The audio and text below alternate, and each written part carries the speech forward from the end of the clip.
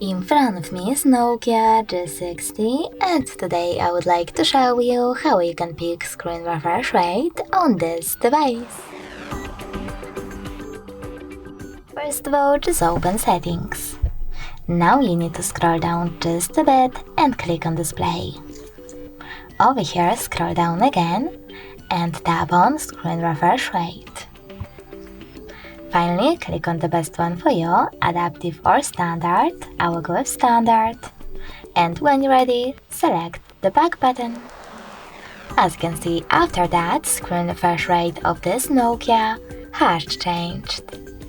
Thanks so much for watching. If you enjoyed this video, leave a like, comment, and don't forget to subscribe.